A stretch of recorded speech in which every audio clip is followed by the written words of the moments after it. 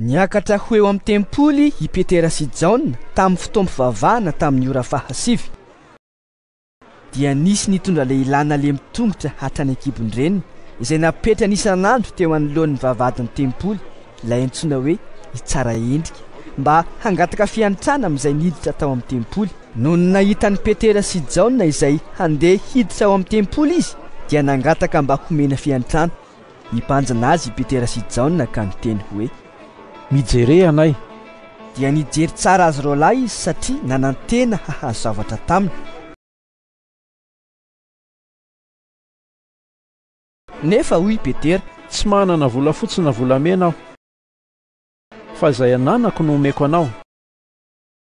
Amin'ny anaran'i Jesosy Kristy avy any Nazareta mitsangana ka mandehana.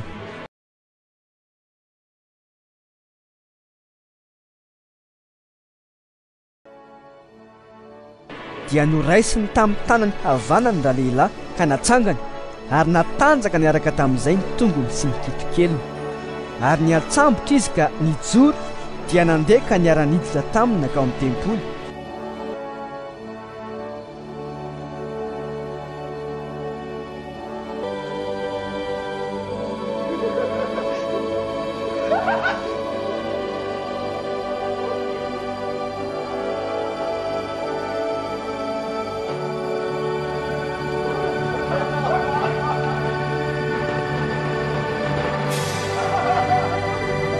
Sady nandehandeha nitsambikimbikiny izy no nideran'Andriamanitra. Nahita azy nandehandeha sy nideran'Andriamanitra ny olona rehetra. Ary fantany tsara fa io no ilay mipetraka teo amin'ny vavahady tsara endrika eo amin'ny tempoly mba hiantrano. Dia gaga sady talanjona izy ireo noho ity zava-nitranga tamin'ny lehilahy. Raha mbola tsy niala teo amin'ny Petera sy Jaona izy dia niara-nirohotra eo amin'izy telo lahy teo amin'ny fialofana izay antsoina hoe fialofan'i Solomona ny olona rehetra sady talanjona. Rehefa nahita izany Petera dia niteny tamin'ny vahoaka hoe ry lehilahy Israelita, nahoany ianareo ny talanjona amin'izao zavatra izao? Ary nahoany ianareo no mandinika anay sahala amin'ny hoe herinay na fahamasinanay no nahatonga azy ho afa mandeha? Andriamanitra Abrahama, Andriamanitra Isaka ary Andriamanitra Jakoba, Andriamanitra ny razantsika no nanome voninahitra an'i Jesosy mpanompony, izay natolotra reo sy nolavinareo teo anatrehan'i Pilato rehefa nokasainy alefa. Ianareo kosa dia nandalay masina sy marina ka mpamon'olona no nangatanareo alefa ho anareo, fa ny tompon'ny aina kosa no vonoinareo. Nefa izy dia natsangan'Andriamanitra tamin'ny maty ary vavolombelona izany zahay. Ny finoana ny anarany no nahampatanjaka io lehilahy hitanareo sy fantatrareo io. Noho ny anarany, eny, ny finoana izay azo amin'ny alalany no nahazoany izao fahasitranana feno izao teto imasonareo rehetra. Ankehitriny ary rahalahy,